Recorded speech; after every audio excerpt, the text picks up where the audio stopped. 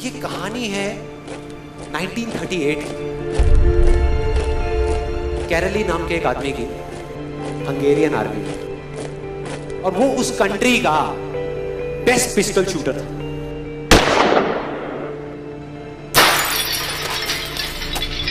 जितनी भी national championships हुई थी उस कंट्री में, उसको वो जीत चुका था। और सबको ऑलमोस्ट कंफर्म था कि 1940s में जो ओलंपिक्स होने वाले हैं उसमें गोल्ड मेडल कैरली को ही मिलेगा। और उसने सालों से ट्रेनिंग करी थी। उसका एक ही सपना था, एक ही फोकस था कि मुझे अपने इस हाथ को दुनिया का बेस्ट शूटिंग हैंड बनाना है, बेस्ट बनाना है, बेस्ट बनाना है। और वो कामयाब हो गया, उसने बना लिया बेस्ट शूटिंग हैंड। सिर्फ 2 साल का फर्क था। 1938 में एक आर्मी का ट्रेनिंग कैंप चल रहा था। क्योंकि वो आर्मी में था तो एक एक्सीडेंट हो गया। उसके उसी हाथ में जिससे उसने गोल्ड मेडल जीतना था, उसमें एक हैंड ग्रेनेड फट गया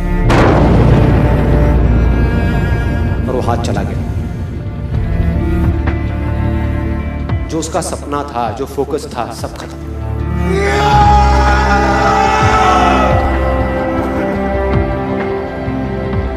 उसके पास 2 रास्ते थे। एक तो ये कि वो बाकी की पूरी जिंदगी रोता रहे और कहीं जा करके छुप जाए,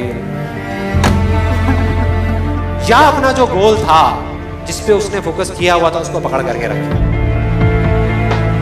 तो उसने फोकस किया उस पे नहीं जो चला गया था, जो उसके पास नहीं था।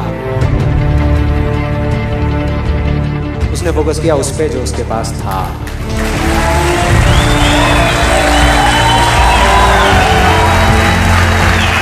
जो उसके पास था, और क्या था उसके पास में?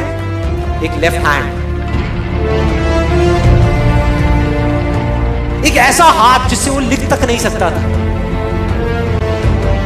1 महीने तक उसका हॉस्पिटल में इलाज चला इस हाथ के लिए, और सही 1 महीने बाद अपनी ट्रेनिंग शुरू करती इस हाथ के लिए।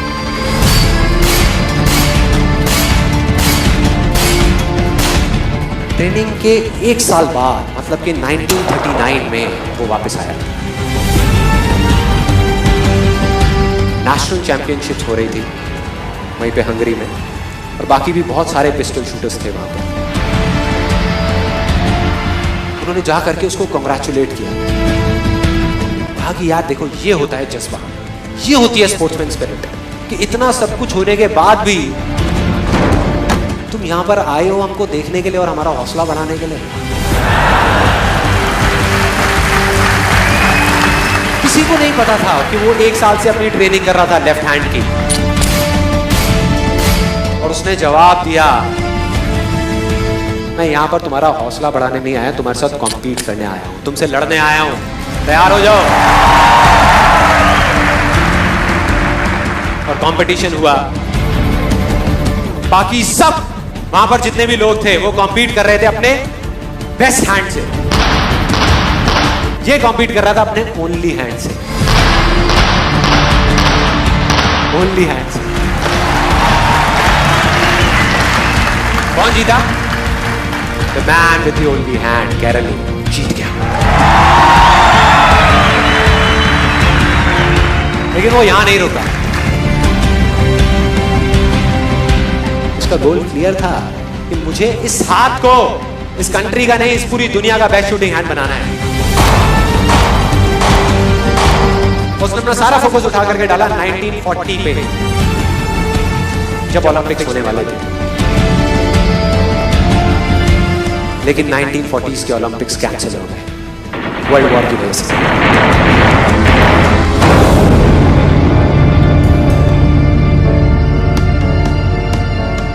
उसने अपना सारा फोकस उठा करके कहां डाल दिया? 1944 में जो ओलंपिक्स होने वाले थे उसके ऊपर। और 1944 में जो ओलंपिक्स होने वाले थे वो भी कैंसिल हो गए वर्ल्ड वॉर की वजह से। फिर से कैंसिल।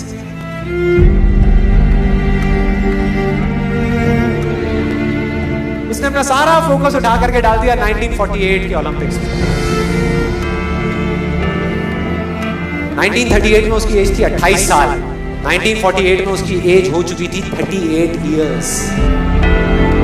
और जो यंगर जो प्लेयर्स आते हैं निकल करके, उनसे कॉम्पीट करना मुश्किल होता चला जाता है। लेकिन मुश्किल नाम का ये वर्ड था ही नहीं उसकी डिक्शनरी में। वो गया, पूरे वर्ल्ड के बेस्ट शूटर्स आए हुए थे जो अपने बेस्ट हैंड से कॉम्पीट कर रहे थे, और ये अपने ओनली हैंड से कॉम्पीट कर रहा था। और कौन जीता? The man with the only hand.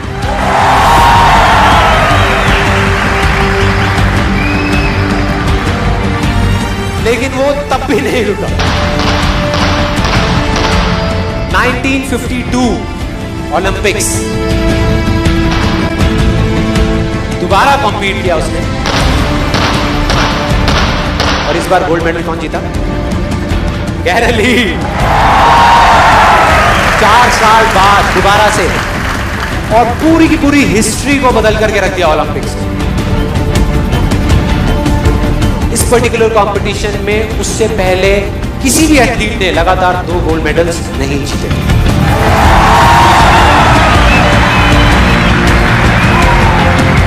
अब किसी भी लूजर के पास चले जाओ, उसके पास लिस्ट होगी बहानों की कि मैं इस वजह से फेल हुआ अपनी लाइफ में, इस वजह से मैं कुछ नहीं कर पाया। बहुत लंबी लिस्ट है। और दूसरी तरफ विनर के पास चले जाओ, उसके पास में 1000 वजह होगी वो ना करने की जो वो करना चाहता है, सिर्फ एक वजह होगी वो करने की जो वो करना चाहता है, और वो कर जाएगा।